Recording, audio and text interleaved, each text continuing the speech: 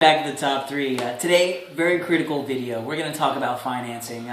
We're starting a video series that's going to address the process of buying and selling. And today, I wanted to really dive right in with some very critical information, specifically involved with the financing of a purchase or a move up. I'm here talking with Tom Sawyer, the senior loan officer and owner, chief, executive. I don't even know, of Modern Mortgage here in Austin. And I've been using Tom and his team for a long, long time. They're fantastic. So I wanted to talk to him about a few things in relationship to lending. So top three things I need to know. I'm a buyer. Absolutely. I'm getting my stuff together. I'm ready to make a purchase before the summer. What do I need to do? What's the most important three critical things I need to know? Well, I think the first thing in any transaction is credit review. Okay. You know, a lot of people are doing those situations now where you get your credit report online. That's a consumer report. So you really need to apply with somebody, a mortgage professional, and have them sit down and review your credit with you, whether it's over the phone or in person. You want to get into detail. You want to find out how your scores impact, what kind of programs you qualify for. Is there something on the report that needs to be removed or addressed? Or my balance is too high? A lot of things are important there, and I think that's the critical starting point.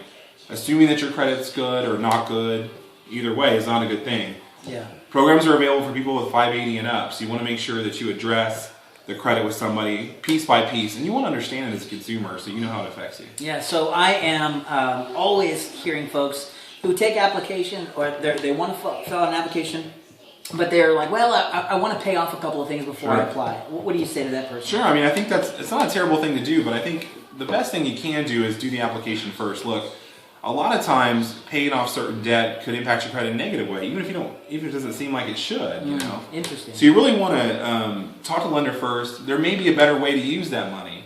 You know, there's a rapid rescoring available where you can pay some small things off to certain percentages, and sometimes your credit can go up. Yeah. So I would always tell people, keep your money in your bank account. You don't know if you're going to need it for the transaction or for a down payment or for closing costs or whatever it may be. So do your credit first. Yeah. And then have a professional tell you where you should apply those funds. Gotcha. That really helps. Okay. Number two, what would you say? Number two is find a price point.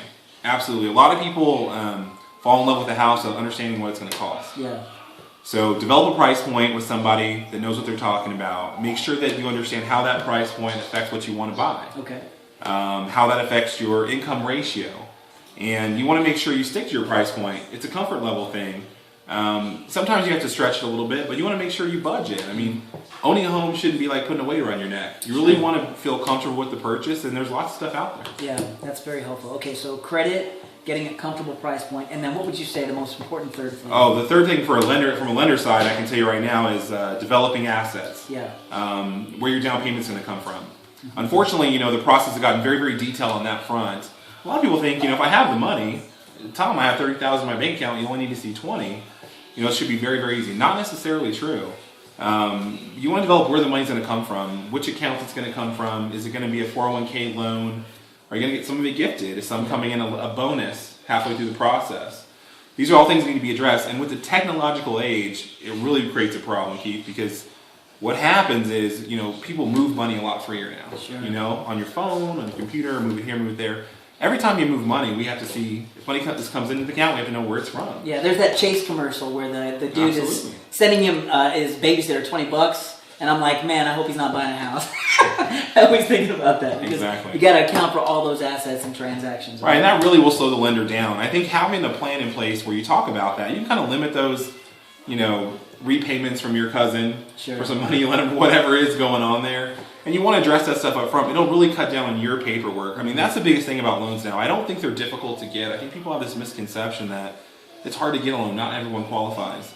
Well, no, not everyone qualifies, but really it's about details. Yeah. So if you do the pre-planning and you work the credit, you work your price point, and you get into developing your assets, you're going to be in a really good position. That process can be really smooth. Awesome. All right, so credit, price point, and really managing the assets and prepping those for the transaction. Right.